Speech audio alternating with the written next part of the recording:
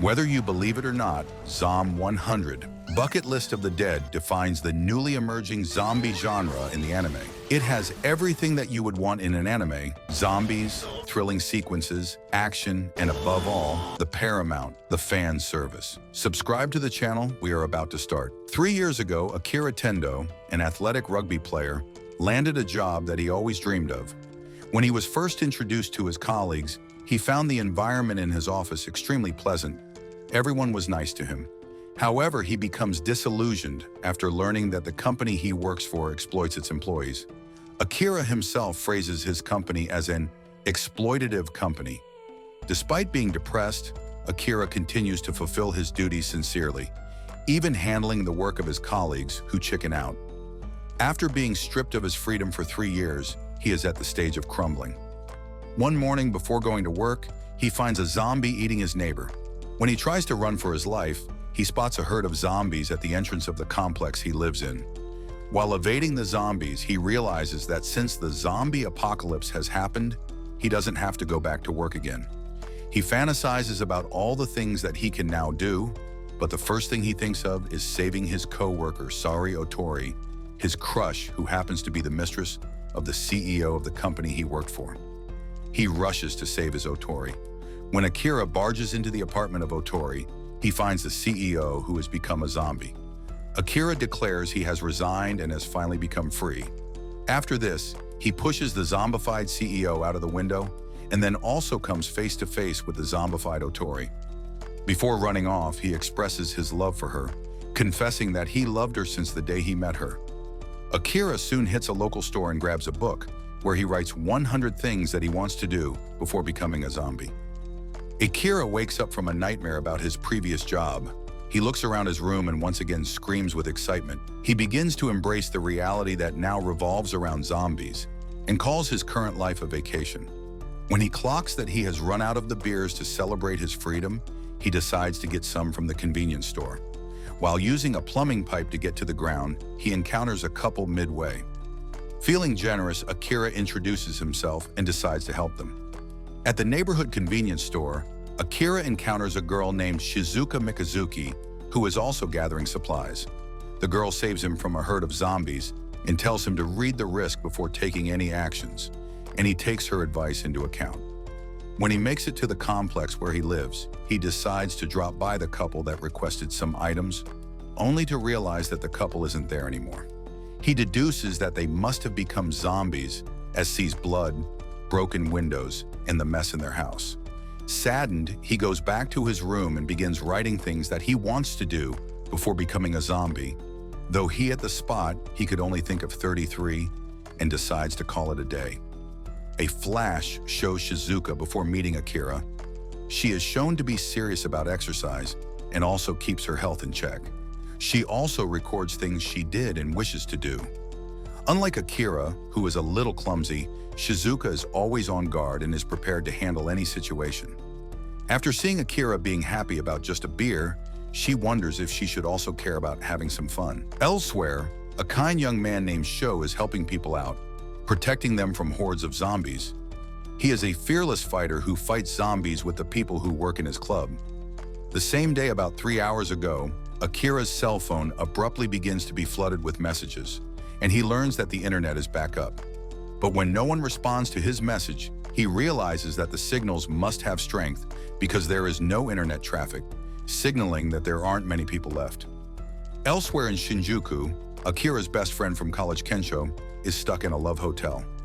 In a desperate situation, Kensho calls Akira and receives a positive response from him. Akira reassures him that he will come to rescue him. Akira utilizes his recklessness and produces a creative idea. By adding some weight over a car's steering wheel, he plays the horn that distracts the zombies. This allows him to save his Kensho. Nevertheless, Sho, who is fighting a herd himself, is also saved by Akira's initiative. When the path leading to the main entrance of the Love Hotel is blocked, Akira and Kensho head to the roof, from where Akira jumps to a nearby building. However, Kensho appears to be frightened by the height. He reflects on his life and tells Akira that he wasn't the only one who had a miserable life. After expressing his frustration over his job to his former best friend, Kensho takes a leap of faith and makes it. Later that evening, they had a discussion. The dudes are enjoying this moment of tranquility. They are currently in the middle of Tokyo City, taking satisfaction in living on a certain rooftop. Kensho expresses how grateful he is to Akira. If Akira hadn't come to save him, he would be rotting in that building by now. Kensho remarks that Akira can consider him along for the ride. Akira tells Kensho that he wants a ginormous TV, so grabbing one should be their first step to building the dynamic duo. When they come across a dead end, Akira recalls the words, "Analyze the risk," that Shizuka remarked on their first meeting. He becomes a daredevil and leaps through a moving truck.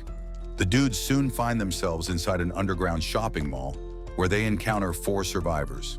Among the 4 survivors are 3 girls who were flight attendants before the apocalypse. Much to Akira's surprise, who had meeting a flight attendant listed on the 100 things he wanted to do before turning into a zombie.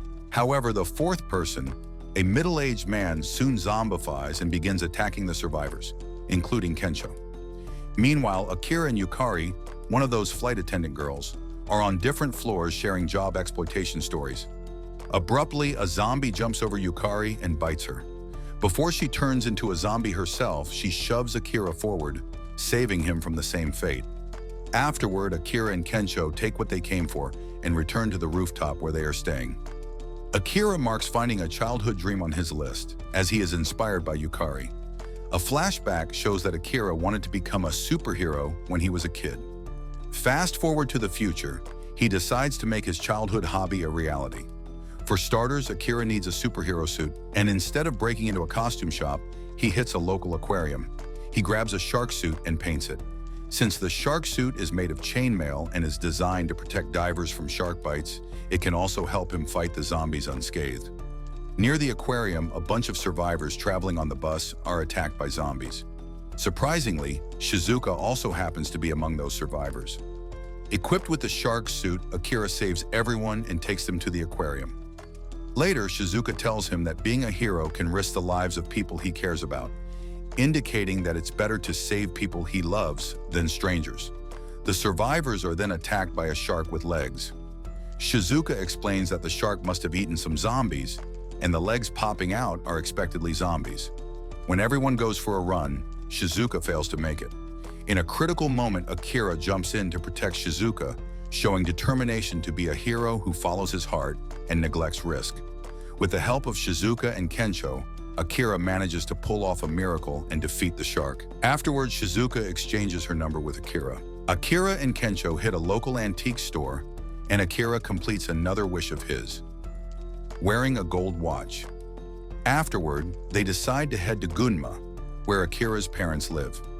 When they arrive at an RV dealership, they run into Shizuka, who also happens to be leaving Tokyo. While talking about RVs, Shizuka mentions not having a driving license.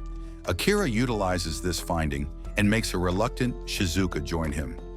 After choosing an RV, the trio continues their journey. Since this is set in a post-apocalyptic world, they can come across unexpectedly unsightly situations. The unexpected happens at an unanticipated time. Akira is confronted by Gonzo Kasugi, the exploitation company's worker and his unit's leader. Shizuka clocks that Gonzo has been forcing people into his sanctuary by setting tire deflation devices on the roads and making them work for him. With no other viable option for Akira, he agrees to work for Kasugi just for 2 days. Soon after, Akira realizes that Kasugi has been dictating over the people he saved. Of course, this includes Akira too.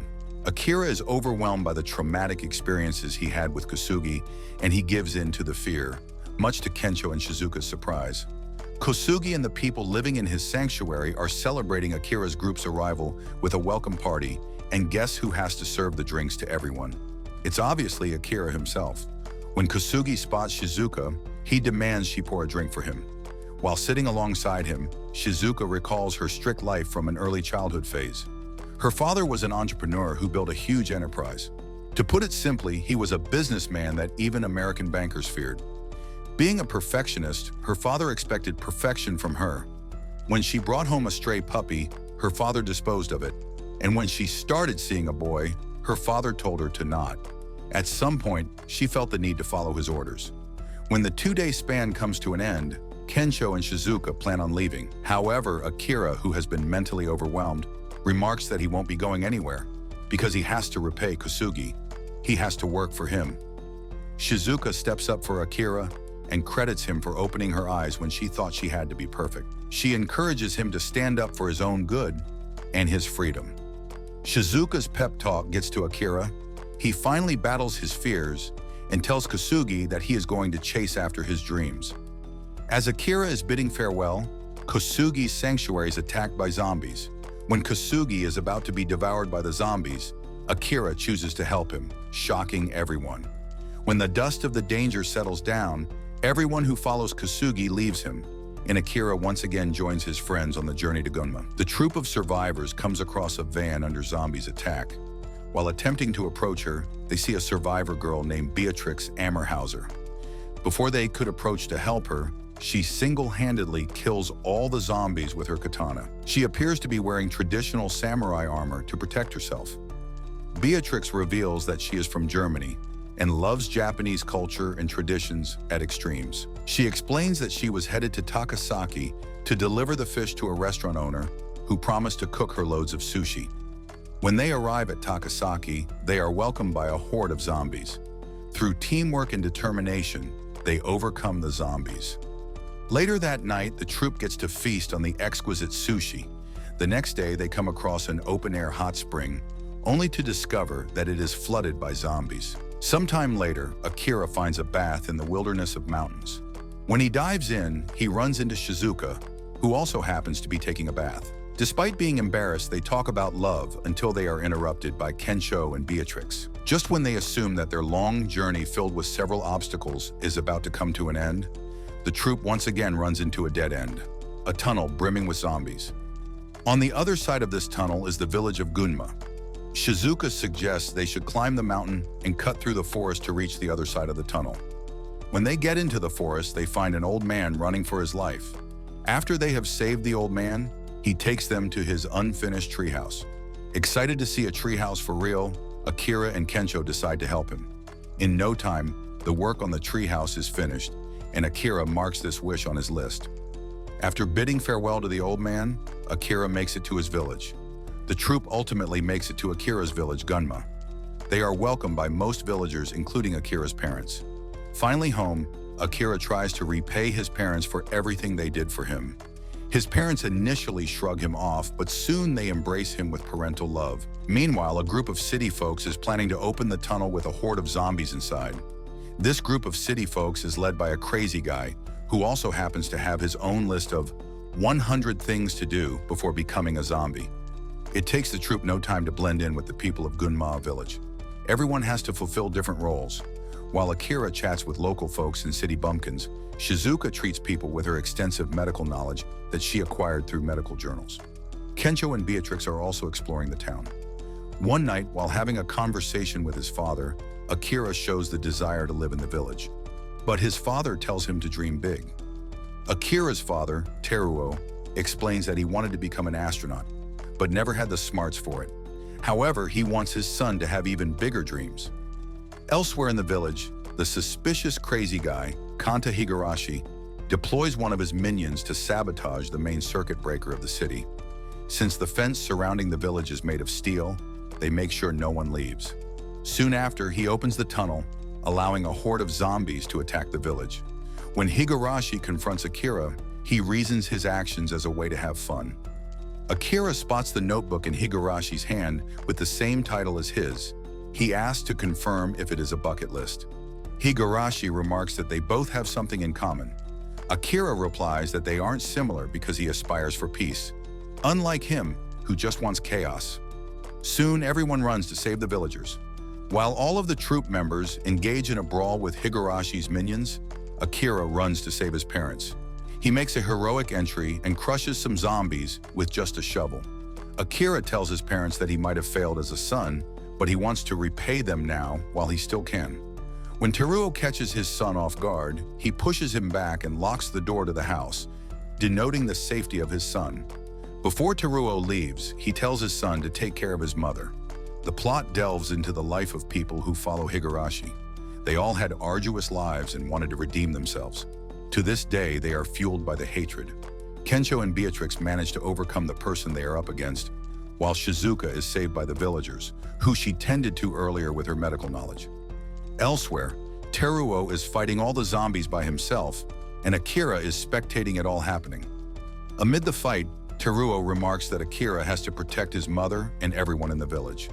In a critical moment, Teruo is saved by Higurashi, though it soon becomes evident that he has an ulterior motive. He demands Akira to open the door and get himself eaten by the zombies if he wants his parents to live. Being 1 inch closer to his death, Teruo tells Akira to help humanity, do what he can do for the world, and treat others the way he wants to be treated. He remarks that his last wish is to see his son happy. However, Akira is not the type to give up that easily.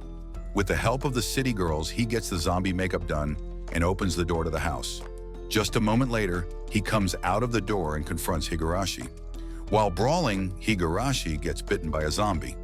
Before turning into a zombie, he expresses his feelings and remarks that he always wanted to go to a pool with some friends. Akira consoles him for a bit until he pushes him off and runs away to avoid turning Akira into a zombie too. Everyone in the village is evacuated, but soon they run into another problem. The bridge that leads to the other side of the canyon is destroyed. However, the old man named Kumano, living in the treehouse, comes to the rescue and sets up a wooden bridge. After a few days, the villagers retrieve their village and once again seal the tunnel. They also begin renovation of the village under the supervision of the old man Kumano. Akira later learns that his father isn't infected, but has hemorrhoids. After saving the village of Gunma, Akira and the rest decide to continue their journey. This time their goal is to find a cure for the virus. And there you have it, enthusiasts. The whole of the Zom 100 bucket list of the dead. How great of a watch this anime was, and what should we cover next? Don't forget to leave your opinions and quotes in the comments section. Like the video, subscribe to the channel, and stay awesome. Thank you for watching the video. See you in the next one. Until then, keep watching anime, or maybe check out our other videos.